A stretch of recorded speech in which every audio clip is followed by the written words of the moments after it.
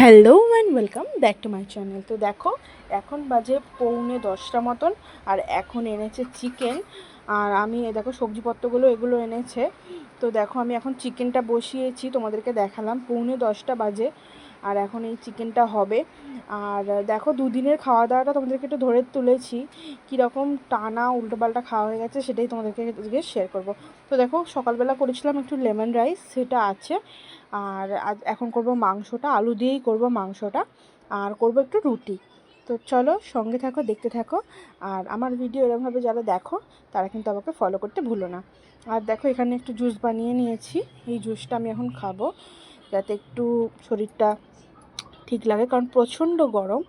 আর রান্নাঘরে রান্না করাটা মেয়েদের পক্ষে এখন একটু চাপেরই, তো নিজেকে একটু ঠিক রাখতেই হবে। তো দেখো এই দেখো উপরে একটাই পরোটা করেছিলাম, কারণ আমার দাদুভাই একটু পরোটা ভালোবাসে।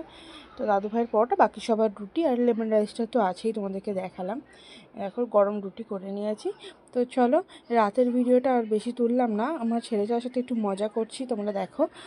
এই যে ওকে জিজ্ঞেস করছি অনেক রাত্রি হয়ে গেছে, তুই কি খাবি? আর ও এত এক্সাইটেড, চিকেন হয়েছে তো ওর খুব ভালো। ও মাছ খায় না, ও আমার মতন মাছ খায় না, ও একটু চিকেন মাটন এসব ভালোবাসে। তো খুব এক্সাইটেড হয়ে গেছে শুনে, চিকেন হয়েছে শুনে। যদিও আমাদের সপ্তাহে 3বার চিকেন হয়, আরও বেশি তো কম নয়, তবুও ওর চিকেন যে কী প্রিয় সেটা বলে বোঝানো যাবে না। তো যাই হোক, ওর সাথে একটু মজা করছিলাম, আর ওর সাথে মজা করতে করতেই আমার হট করে মনে পড়ে গেল, দেখো আজকে সকালবেলা একটা পার্সেল এসছে। সেই পার্সেলটা হচ্ছে একটা সেলাই মেশিন, একটা হ্যান্ডমেড সেলাই মেশিন। এই মেশিনটা আমি ফ্লিপকার্ট থেকে কিনেছি, অনলাইনে এর রিভিউ দেখেই কিনেছি।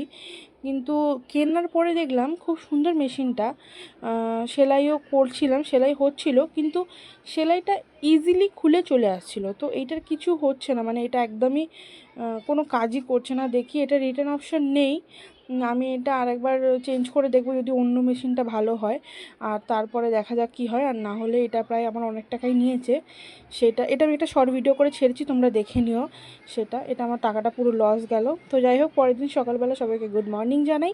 আর এটা পরের দিন সকালবেলা একটু ক্লিপ নিয়েছিলাম, সকালবেলা দিদি চলে গেছে। আর এই দেখো সকালবেলা আবার এনে হাজির করেছে মাটন।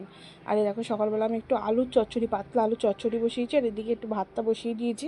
তাড়াতাড়ি আজকে একটু খেয়ে বেরোনোর ব্যাপার আছে, মানে আমি বেরোবো না, বাড়ির কয়েকজন বেরোবে, তো তাই জন্য এখানে ভাত হয়ে গেছে। আর এদিকে সকালবেলা আলু চচ্চড়ি করেছিলাম, সবাই মুড়ি খেয়েছিল। আর এই দেখো এদিকে মাটনটা বসিয়ে দিয়েছি। চলো ডাবওয়ালা এসছে, একটু ডাব খেয়ে নেওয়া যাক। তো দেখো বাড়ির প্রায় সকলেই ডাব খেয়েছে, আর আমি সবার লাস্ট, কারণ আমি নিচে গেছিলাম, ওই ফেরিওয়ালাগুলো হয় না, ওরা এসেছিলো, তো আমার সেটা বায়না করছিলো কিছু কেনাকাটার জন্য। তো চলো এই দেখো রাতে ডিনারে ছিল চাউমিন, চিলি চিকেন, আর fried rice, mix fried rice. দেখো, তো সঙ্গে থাকো, ভালো থাকো, সুস্থ থাকো।